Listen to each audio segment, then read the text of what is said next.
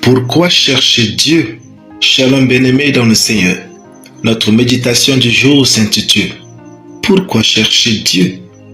Nous tirons notre texte en Ésaïe 55:6 qui nous dit ceci. « Cherchez l'Éternel pendant qu'il se trouve, invoquez-le tandis qu'il est prêt. » Alléluia. Vous ne saurez jamais qui vous êtes tant que vous n'avez pas cherché Dieu.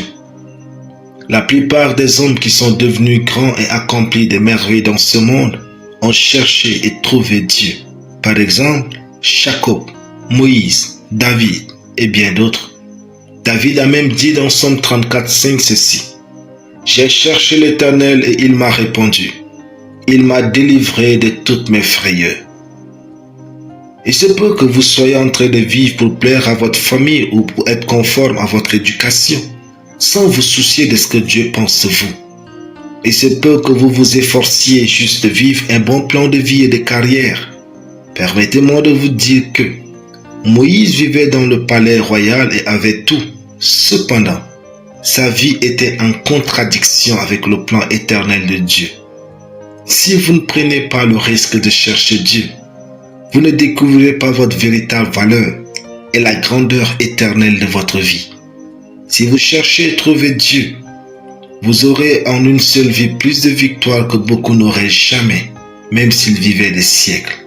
Dans la Bible, Esther, une jeune fille, a fait flancher tout un royaume de 127 provinces, non pas par sa beauté captivante et sa démarche de reine, mais par sa décision à chercher Dieu.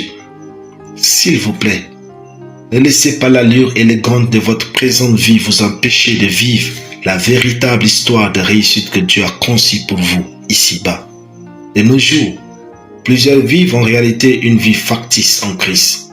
Soyez différents en cherchant Dieu avec le désir de vivre une vie qui a du sens dans l'éternité. Vos limites et vos faiblesses ne sont pas un obstacle à votre réussite si vous cherchez Dieu. Des hommes comme Jabez et Paul ont une vie bénie, prospère et pleine d'essence en cherchant Dieu malgré leurs faiblesses. Vos faiblesses n'ont de limite que celles que votre tête leur donne. Si vous apprenez à chercher Dieu, sa grâce va remplacer vos faiblesses et vous direz durant toute votre existence ceci. Du sein de la détresse, j'ai invoqué l'Éternel. L'Éternel m'a exaucé et m'a mis au large. Psaume 118:5. Faites de Dieu votre priorité principale. Alléluia. Prions. Je déclare que mon cœur soupire auprès de Dieu, le cherche constamment afin de le connaître et vivre les réalités de sa présence, de sa parole et de sa gloire au nom de Jésus. Amen. La lecture biblique en une année. Hébreux 4 à Hébreux 6. Soyez bénis. C'était le pain du ciel.